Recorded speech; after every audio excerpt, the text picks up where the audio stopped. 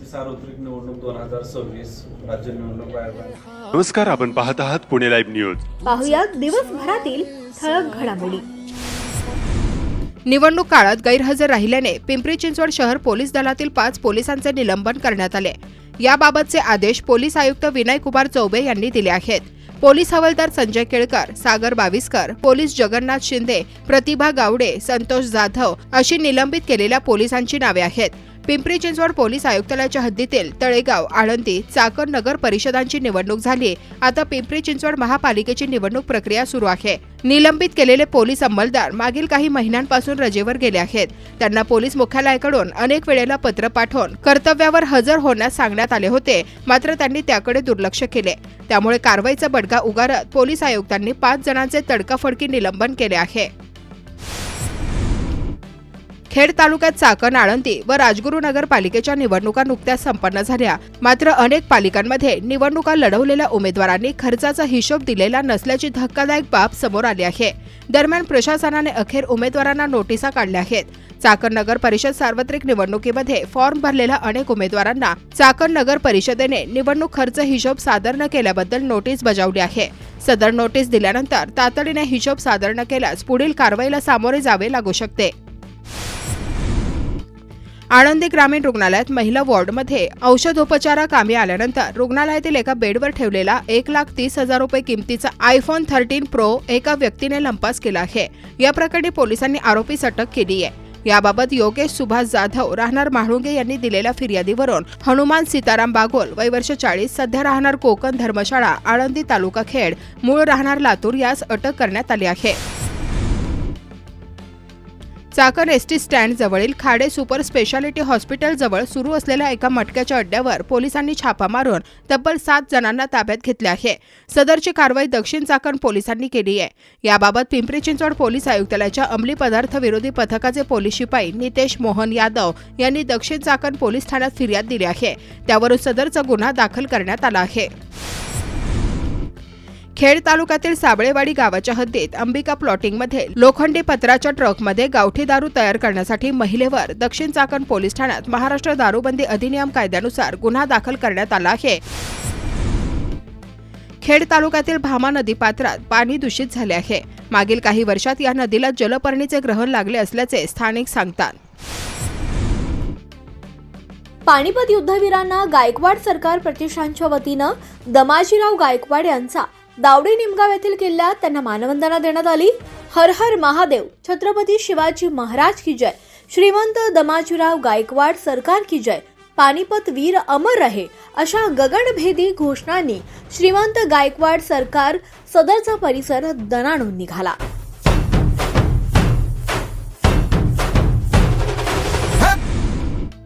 वयाची 95 वर्ष पूर्ण करून 96व्या वर्षात पदार्पण करणाऱ्या ज्येष्ठ नागरिकांचा अनोखा वाढदिवस चाकण परिसरात साजरा करण्यात आला. भिकाजी गणपत पानसरे गुरुजी यांचा वाढदिवस या भागात चर्चेचा विषय ठरलाय. पानसरे गुरुजी यांनी वयाची 95 वर्ष पूर्ण करून 96व्या वर्षात पदार्पण केलंय. ज्येष्ठ नागरिक संघ मेदनकरवाडी या संघानं त्यांचा सत्कार करून त्यांना दीर्घायुष्याच्या शुभेच्छा दिल्यात. श्री शिवाजी विद्या मंदिर व सीबी पाटोळे कनिष्ठ महाविद्यालय चाकण या प्रशालेमध्ये जनता शिक्षण संस्थेचे संस्थापक जयवंतराव तथा दादासाहेब जगताप यांची 112वी जयंती स्नेहदिन म्हणून साजरी करण्यात आली. यावेळी जनता शिक्षण संस्थेचे अध्यक्ष Jayprakash Jagtap, general secretary Subhash Javale, joint secretary Rajendra Kharmate, खजिनदार कविता गोरे, प्रशालेचे प्राचार्य अनिल ठुबे तसेच प्रशालेतील सर्व शिक्षक, शिक्षकेतर कर्मचारी आदी उपस्थित होते. शिक्षण महर्षी दादांची जयंती आपण या ठिकाणी साजरी करत आहोत. तिन्हेवाडी तालुका खेड येथे साहेबरावजी बुट्टे पाटील महाविद्यालयाचा राष्ट्रीय सेवा योजनेचे हिवाळी शिबिराची सांगता कार्यक्रम खेड तालुका शिक्षण प्रसारक मंडळाचे संचालक हिरामण सातकर यांच्या अध्यक्षतेखाली संपन्न झाला. या सांगता समारंभ प्रसंगी अनेक मान्यवर उपस्थित होते. महाराष्ट्र राज्य राजपत्रित पशुवैद्यक संघटनेच्या जिल्हा कोषाध्यक्षपदी खेड तालुक्यातील डेहणे येथील पशुवैद्यकीय अधिकारी डॉक्टर अविनाश पवार यांची निवड झाली आहे. खेड बार असोसिएशनचे माजी अध्यक्ष ॲडव्होकेट दिलीप काळूराम करंडे यांची नोटरी प्रॅक्टिशनर्स असोसिएशनच्या महाराष्ट्र प्रदेश संघटकपदी बिनविरोध निवड झाली आहे. पिंपरी चिंचवड महापालिकेच्या भोंगळ कारभाराने इंद्रायणी नदीची आळंदीमध्ये अशी गटारगंगा होऊ लागली आहे. स्थानिकांनी याबाबत संताप व्यक्त केला आहे. निघोजे विविध कार्यकारी सहकारी सोसायटीच्या अध्यक्षपदी जितेंद्र आल्हाट यांची बिनविरोध निवड झाली आहे. आल्हाट यांचा सत्कार सन्मार्ग फाउंडेशनचे अध्यक्ष शीतल आशिष येळवंडे यांच्या हस्ते करण्यात आला. याप्रसंगी सोसायटीचे माजी अध्यक्ष, उपाध्यक्ष, संचालक, ग्रामपंचायत, आजी माजी पदाधिकारी, सोसायटी सभासद, ग्रामस्थ आदी उपस्थित होते.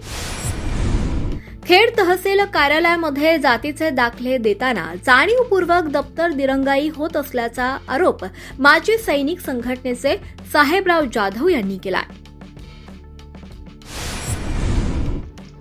जिल्हा परिषद आणि पंचायत समिती निवडणुकीसाठी उमेदवारी अर्ज भरण्याची प्रक्रिया शुक्रवार दिनांक 16 जानेवारीपासून सुरू होत आहे. हे अर्ज केवळ ऑफलाईन पद्धतीनेच भरता येणार आहेत. खेड आळंदी विधानसभा मतदारसंघातील जिल्हा परिषद पंचायत समितीच्या गणातील निवडणूक प्रक्रियेतील उमेदवार नामनिर्देशन पत्र स्वीकृती गुरुवार दिनांक 16 जानेवारीपासून राजगुरुनगर येथील प्रांत कार्यालयात सुरू होणार आहे. निवडणुकीची सर्व तयारी पूर्ण झाली असल्याची माहिती निवडणूक निर्णय अधिकारी तथा प्रांत अनिल दौंडे यांनी पत्रकार परिषदेत दिली आहे. यावेळी सहाय्यक निवडणूक निर्णय अधिकारी तथा तहसीलदार प्रशांत बेडसे यांच्यासह शासकीय अधिकारी उपस्थित होते. रविवारी दिनांक 18 जानेवारी रोजी शासकीय सुट्टी वगळता शुक्रवार दिनांक 16 ते 21 जानेवारी पर्यंत दुपारी 3 वाजेपर्यंत नामनिर्देशन पत्र स्वीकारण्यात येणार आहे. नामनिर्देशन पत्र सादर करताना गटातील गणातील मतदार यादीतील सूचक असणे बंधनकारक आहे. गुरुवार दिनांक 22 जानेवारीला नामनिर्देशन पत्राची छाननी होणार आहे. उमेदवारी माघारीसाठी 25 आणि 26 सुट्टी आल्याने शुक्रवार दिनांक 23, 24 आणि 27 जानेवारी असे 3 दिवसात नामनिर्देशन पत्रे मागे घेता येणार आहेत. माघारीनंतर उमेदवारांना चिन्ह वाटप केले जाणार आहे. मतदान यंत्रे लवकरच तालुका क्रीडा संकुलातील स्ट्रॉंग रूममध्ये दाखल होणार आहेत. गुरुवार दिनांक 5 फेब्रुवारी 2026 रोजी सकाळी 7:30 ते सायंकाळी 5:30 वाजेपर्यंत मतदान झाल्यानंतर ईव्हीएम मशीन तालुका क्रीडा संकुलात जमा करून स्ट्रॉंग रूममध्ये उमेदवारांसह प्रतिनिधींच्या उपस्थितीत सीलबंद करण्यात येणार आहे. शनिवार दिनांक 7 फेब्रुवारी रोजी तालुका क्रीडा संकुलात सकाळी 10 वाजेपासून मतमोजणी प्रक्रिया सुरू केली जाणार आहे. निवडणुकीत आचारसंहितेचे पालन करण्याबाबत सर्वपक्षीय पदाधिकारी यांची बैठक घेऊन सूचना देण्यात आल्या. 20 जानेवारी या कालावधीमध्ये नामनिर्देशन पत्र निवडणूक निर्णय अधिकारी तथा उपविभागीय अधिकारी खेड यांच्या कार्यालयामध्ये स्वीकारले जाईल. खेड तालुक्याचे आमदार बाबाजी काळे यांच्या नेतृत्वाखाली खेड तालुक्यातील पंचायत समिती आणि जिल्हा परिषदेचे सर्व इच्छुक उमेदवारांनी शिवसेना उद्धव बाळासाहेब ठाकरे पक्षाचे पुणे जिल्हा संपर्क प्रमुख माजी मंत्री आमदार सचिन अहिर यांच्या कार्यालयात सर्वांनी भेटी घेतल्या. आगामी निवडणुकीमध्ये एकजुटीने लढून पक्ष देईल तो आदेश मारून उमेदवाराला साथ देण्याचं यावेळी ठरवण्यात आले. येत्या 17 ते 18 तारखेपर्यंत सर्व उमेदवार जाहीर होतील असे संकेत यावेळी देण्यात आले. याप्रसंगी तालुक्याचे आमदार बाबाजी काळे तसेच जिल्हा प्रमुख अशोकराव खांडेबराड, उपजिल्हा प्रमुख शिवाजी वरपे, तालुका प्रमुख रामदास धनवटे, विजया शिंदे, मृण्मय बाबाजी काळे, बाजार समिती संचालक हनुमंत कड व महत्वाचे सर्व शिवसेना पदाधिकारी उपस्थित होते. दरम्यान यावेळी कुरुळी आळंदी ग्रामीण जिल्हा परिषद गटातील सुधीर मुंगसे, विनयाताई मुंगसे, पंचायत समिती कुरुळी गणमधून गौरी चंदन मुरे, सरोली गणामधून काळूराम थोरवे, अतुल ठाकूर, ज्ञानेश्वर चौधरी आदींनी भेट घेतली.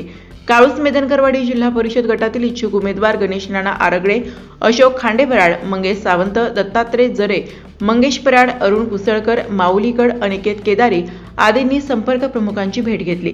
नाणेकरवाडी महाळुंगी जिल्हा परिषद गटामधून इच्छुक उमेदवार गणेश नाणेकर, अमोल पवार, जीवन खराबी, संदीप सोमवंशी, क्रांतिताई संदीप सोमवंशी, हनुमंत कड, तुषार टेमगिरे, रुपाली दीपक कांबळे आदी इच्छुक उमेदवारांनी संपर्क प्रमुखांची भेट घेतली आहे. पाईट आंबेठाण जिल्हा परिषद गटातील इच्छुक उमेदवार राजश्री संजय जैद, राहुल गोरे, पाईट गणामधून सारिका गोगावले, अभय डांगले तसेच आंबेठाण गणामधून रोहिणी पडवळ, गणेश मांडेकर, संतोष सातपुते आदी इच्छुक उमेदवारांनी संपर्क प्रमुखांची भेट घेतली. मरकळ पिंपळगाव जिल्हा परिषद गटामधून इच्छुक उमेदवार कृषी उत्पन्न बाजार समितीचे सभापती विजयसिंह शिंदे यांनी आपली भूमिका स्पष्ट केली आहे. त्याचबरोबर पंचायत समितीचे मरकळ गणातील इच्छुक उमेदवार प्रसाद घेनंद, विशाल झरेकर, अक्षय चव्हाण, सतीश भाडळे, कैलास घेनंद, भरत आल्हाट, योगेश पठारे, अजय टेंगले व शेल पिंपळगाव गणातील इच्छुक विद्या मोहिते यांनी भेट घेतली. रेटवाडी वाफगाव जिल्हा परिषद गटामधून जिल्हा परिषद उमेदवार दीप्ती प्रसाद भोगडे, पंचायत समिती वाफगाव गणामधून ज्ञानेश्वर ढेरंगे, संतोष गारडी, मारुती चिमाजी सातकर, रेटवडी गणामधून दिलीप डुबे, अनिता मांजरे यांनी भेट घेतली. चासकडू जिल्हा परिषद गटामधून तनुजा घनवट, चास गणामधील इच्छुक उमेदवार कविता राक्षे, वैशाली मुळूक, राजश्री शिंदे, उर्मिला रुके तसेच कडूस पंचायत समिती गणामधून चंद्रकांत बारणे, संतोष ढमाले, शंकर कावडे, अशोक गारगोटे आदी उपस्थित होते. वाडाबाशिरी गटामधून जिल्हा परिषदेचे इच्छुक उमेदवार विठ्ठल ढवळा वनखरे, पंचायत समिती वाडामधून आशा सुपे यांचे पती संतोष सुपे, वाशेरे गणामधून विकास भारती आदींनी भेट घेतल्याचे शिवसेनेच्या वतीने सांगण्यात आले. कुरुळे आळंदी ग्रामीण जिल्हा परिषद गटातील उमेदवार विनयाताई मुंगसे यांनी निघोजे तालुका खेड येथे स्थानिक नागरिकांशी संवाद साधला. या संवादातून नागरिकांच्या समस्या, अपेक्षा व सूचनांचा आढावा घेतला. लोकप्रतिनिधी आणि जनता यांच्यातील विश्वास व समाधान हाच खऱ्या अर्थाने विकासाचा पाया असतो.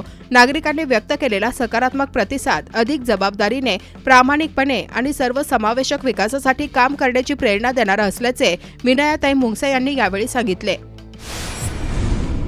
जिल्हा परिषद पंचायत समिती निवडणुकांची घोषणा झाल्यानंतर सर्वच उमेदवारांनी जोरदार जनसंपर्क वाढवला आहे.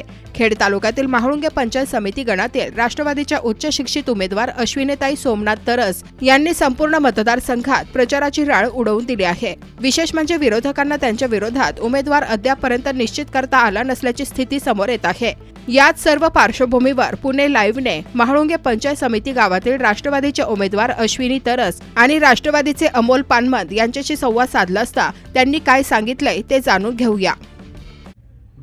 नमस्कार, मी अश्विनी सोमनाथ तरस, सावरदरी गावची सून, म्हाळुंगे गावची लेक. आज तुमच्यासमोर महाराष्ट्राचे उपमुख्यमंत्री अजितदादा पवार यांच्या मार्गदर्शनाखाली तसेच आपल्या खेड तालुक्याचे कार्यसम्राट आमदार दिलीपअण्णा मोहिते व सुरेखाताई मोहिते यांच्या नेतृत्वाने आज राष्ट्रवादी काँग्रेस पक्षाची महाळुंगे गणातून पंचायत समितीची उमेदवार म्हणून आज तुमच्यासमोर उभी आहे. काय सांगाल तुमची ह्या महाळुंगे पंचायत समिती गणामध्ये तुमची नेमकी राजकीय सामाजिक पार्श्वभूमी काय सांगाल मला? ॲक्च्युली सांगायचं झालं तर माझ्या तरस कुटुंबाला पहिल्यापासूनच समाजकारणाचा तसेच राजकारणाचा वारसा लाभलेला आहे. उद्योग व्यवसायाच्या माध्यमातून अनेकदा आम्ही समाजाची सेवा करत आलेलो आहोत. फक्त आणि फक्त समाजाची आवड, कुठल्याही प्रकारचं पद नसताना अनेकदा खूप ठिकाणी आम्ही समाजकार्य केलेली आहेत. माझे दीर गेल्या 5 वर्षामध्ये सावरदरी गावचे सरपंच असताना त्यांच्या हातून सावरदरी गावचा जो विकास झाला आहे तो अतिशय उल्लेखनीय आहे. सावरदरी गावला आम्ही आमच्या ग्रामस्थांच्या मदतीने आमच्या गावाला आम्ही स्मार्ट विलेज पुरस्कार मिळवून दिलेला आहे. तुमच्या पंचायत समिती गणामध्ये तुम्ही मागच्या काही दिवसांमध्ये काय उपक्रम राबवलेत काय सांगाल बरं? माझे महाळुंगे गणामध्ये फक्त एकच गाव नाही, माझं फक्त सावरदरी गाव नाही तर माझ्या पूर्ण गावांमध्ये आम्ही खेळ रंगला पैठणीचा ह्या कार्यक्रमाचं नियोजन केलं. त्यामागं एकच उद्देश होता, माझ्या रोजच्या धकाधकीच्या जीवनातून माझ्या महिला भगिनीला काहीतरी विरंगुळा, करमणूक यासाठी आम्ही ह्या कार्यक्रमाचं आयोजन केलं. महिलांनी देखील उत्स्फूर्तपणे प्रतिसाद दिला. त्यामध्ये प्रत्येक वयोगटातील स्त्रिया सहभागी झाल्या होत्या आणि त्यांच्या अंगातील अनेक कलाकौशल्य त्या कार्यक्रमाच्या निमित्ताने बाहेर आली. अतिशय आनंदाने प्रत्येकजण त्यामध्ये सहभागी झाला होता. संक्रांतीनिमित्त माझ्या महिला भगिनींना हळदी कुंकाचं आम्ही आयोजन केलं आणि महिलांसाठी घेतलेलं वाण हे प्रत्येक घरी जाऊन प्रत्येक महिलेला भेटल यासाठी मी स्वतः प्रत्येक महिलेची भेट घेतली आणि महिलेला तिळगुळ देऊन संक्रांतीच्या हार्दिक शुभेच्छा देखील दिल्या. झालं तर मी कुठल्याही प्रकारचा राजकारणी नाही आहे, मी एक गृहिणी आहे. फक्त माझ्या सगळ्या गृहिणींचं प्रतिनिधित्व करण्यासाठी मी आज इथे तुमच्यासमोर उभी आहे. माझ्या सगळ्या माता भगिनींसोबत मी सुद्धा अनेक प्रॉब्लेमला मी पण तोंड दिलेलं आहे. तर मी आज जेव्हा गाव भेटीच्या माध्यमातून लोकांपर्यंत पोचते आहे, लोकांना मी आपलीशी वाटते.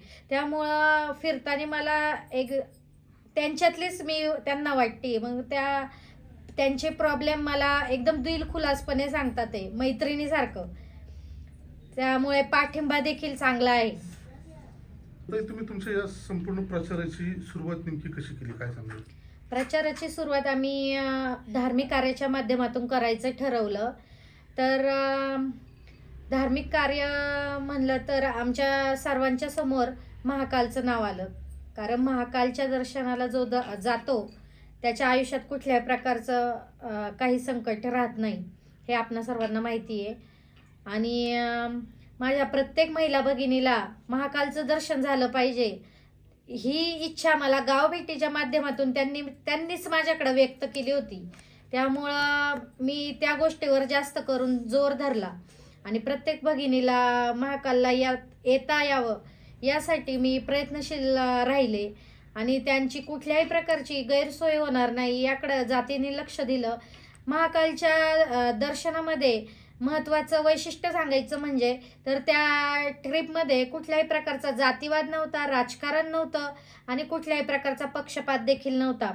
त्यामागे फक्त माझ्या महिला भगिनींच्या चेहऱ्यावर आनंद मला पाहायचा होता आणि त्यांच्या आत्मसन्मानाच्या दृष्टीने हे एक पुढचं पाऊल होतं. ताई, काय सांगाल, तुमचा म्हाळुंगे हा जो पंचायत समितीचा गण आहे हा थोडासा ग्रामीण आणि काही उद्योग व्यवसाय या सगळ्या मतदारसंघाच्या अनुषंगानं तुमचं नेमकं या सगळ्या मतदारसंघाचं व्हिजन काय सांगाल तुम्ही? माझ्या मतदारसंघातील कुठल्याही प्रकारचा घटक कुठल्याही सेवांपासून वंचित राहणार नाही याकडं मी स्वतः जातीने लक्ष घालणार आहे. माझ्या महिला भगिनींच्या सक्षमीकरणासाठी मी बचत गटांना रोजगार मिळवण्याची पूर्ण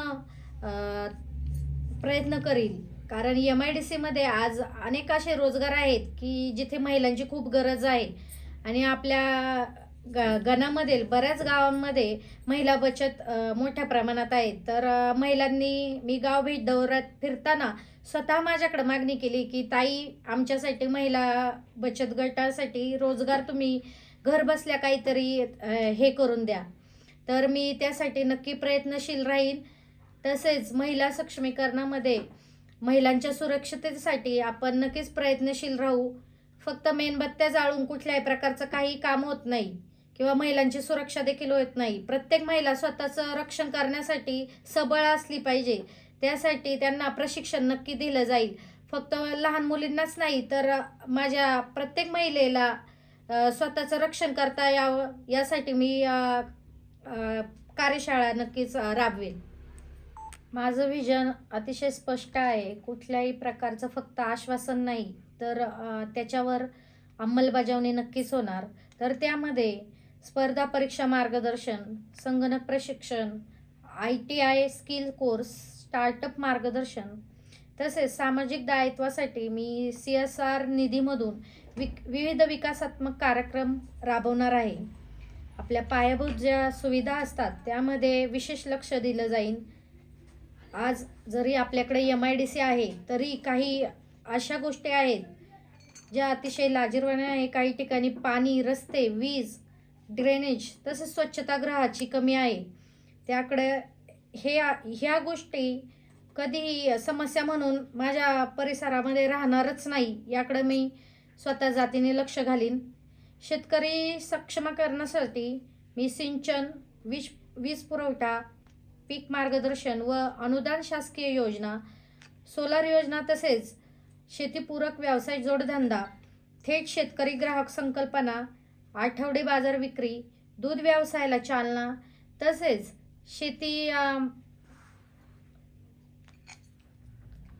कृषी सहलीचं देखील आयोजन केलं जाईल जेणेकरून माझ्या शेतकरी बांधवांना अतिशय स्किलफुली शेती कशी करता येईल याचं योग्य मार्गदर्शन मिळेल आणि कुठल्याही प्रकारे माझा शेतकरी बांधव मागं राहणार नाही याकडे मी लक्ष देईल. वेगवेगळ्या प्रकारच्या आरोग्य सेवा तंत्र तसेच उपकरण बळकटीकरण, मोफत ज्येष्ठ नागरिकांसाठी मोफत तपासणी शिबिरे, रुग्णवाहिका तसेच मुख्यमंत्री सहाय्यता निधी, आयुष्यमान भारत योजना सहकार्य, ज्येष्ठ नागरिकांसाठी जे वरून योजना येतात त्यामध्ये श्रावणबाळ योजना, संजय गांधी निराधार अनुदान योजना, विरंगुळा केंद्र तसेच भाजी मंडईसाठी शासकीय अनुदान व मदत माझ्या माझ्या सहकार्य आम्ही आमच्या याच्या सहकार्य आपलं गाव स्वच्छ व सुंदर कसे दिसेल याकडे विशेष लक्ष दिले जाईल. प्रत्येक गावाला स्मार्ट विलेज पुरस्कार भेटला पाहिजे.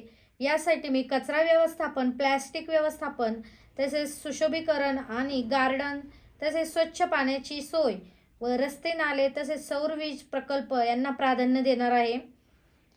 वृक्षारोपण आणि पर्यावरण संवर्धनाची देखील अनेक गावांमध्ये गरज आहे. त्यासाठी हरित गाव संकल्पना राबवणार आहे आणि ठिकठिकाणी वृक्ष लागवड करणार आहे.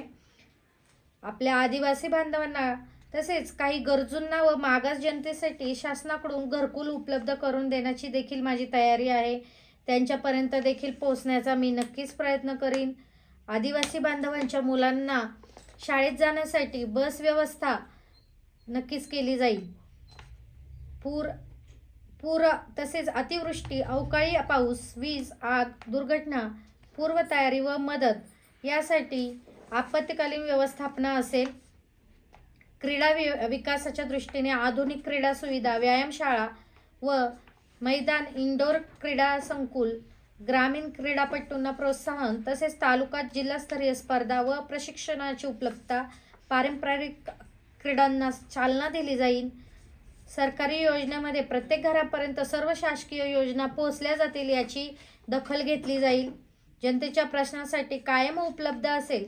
तहसील कार्यालय, पंचायत समिती, महावितरण कार्यालय, वन विभाग, पशुसंवर्धन विभाग, जिल्हा परिषद विभागामार्फत सर्वसामान्य जनतेचे प्रश्न सोडवले जातील.